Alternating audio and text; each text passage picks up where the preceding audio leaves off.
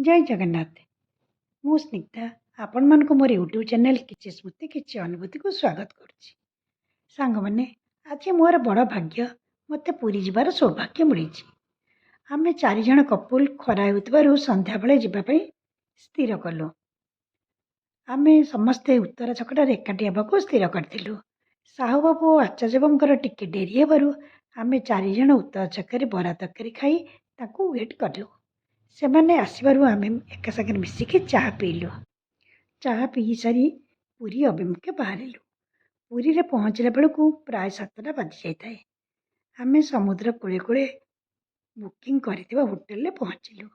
सेठी टिके फ्रेश ही चाह पी मंदिर को जिबाको बाहरी पड़लु। मंदिर रे फोन एलाउ नथिबारु सेठी किछि फोटो उठाई फोन थोई आमे मंदिर जाइथिलु एवं जगा दर्शन एवं जगार बड़ सिंहार बेश दर्शन देखि पुणी रूम को फेरी आसलु।